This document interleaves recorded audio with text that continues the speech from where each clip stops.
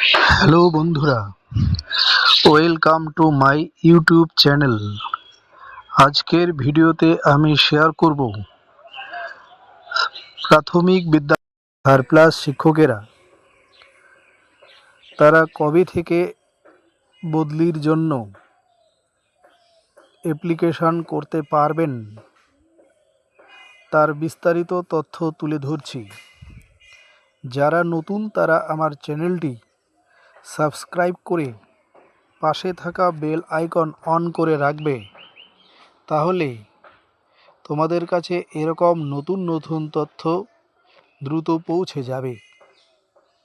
ভিডিওটি স্কিপ না করে প্রথম থেকে শেষ পর্যন্ত দেখো, তাহলে পুরো তথ্যটাই ক্লিয়ার হয়ে যাবে। কথা না বাড়িয়ে শুরু করছি আজকের ভিডিও। প্রাথমিক বিদ্যালয়ের সারপ্লাস টিচারদের বদলি নিয়ে পশ্চিমবঙ্গ সরকার একটি নতুন এসওপি প্রকাশ করেছে কয়েকদিন আগে। সেই নতুন এসওপিতে বায়োলজিক্যাল এজ এই বিষয়টার উপর গুরুত্ব দেওয়া হয়েছে।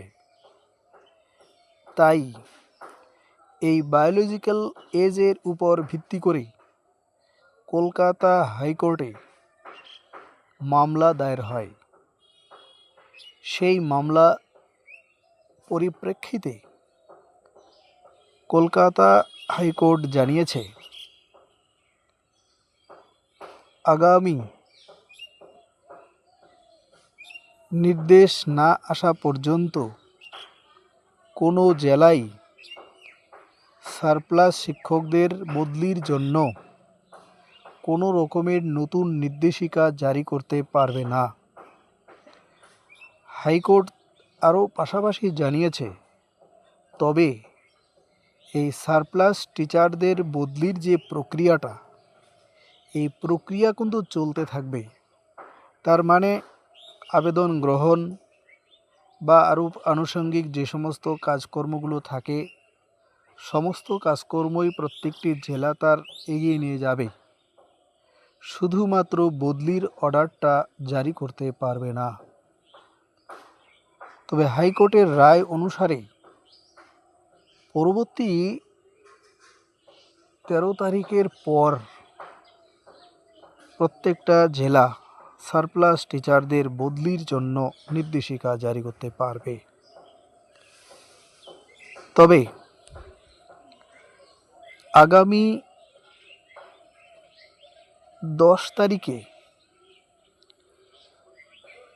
জলপাইগুড়ি জেলা নির্দেশিকা জারি করেছে যে 10 তারিখ পর্যন্ত সারপ্লাস শিক্ষকেরা তাদের বদলির জন্য পছন্দ মতো স্কুল চয়েস করে তারা আবেদন জমা করতে পারবে এবং সংশ্লিষ্ট এসআই অফিস থেকে সেগুলো পরবর্তীতে ডিপিএসসিতে পাঠানো হবে। 11 তারিখে পর্ষদ তার এফিডেভিট জমা দেবে। 12 তারিখে পিটিশনাররা তাদের প্রয়োজনীয় কাগজপত্র জমা করবে এবং 13 তারিখে কলকাতা হাইকোর্ট এই সারপ্লাস টিচারদের বদলির উপরে একটি রায় বা শুনানি করবে। ওই রায়ের অর্থাৎ কলকাতা হাইকোর্টের নির্দেশের পর আদেশ অনুসারে অর্থাৎ অর্ডার অনুসারে প্রত্যেকটা জেলা শিক্ষকদের বদলির জন্য পরবর্তী স্টেপ নিতে পারে।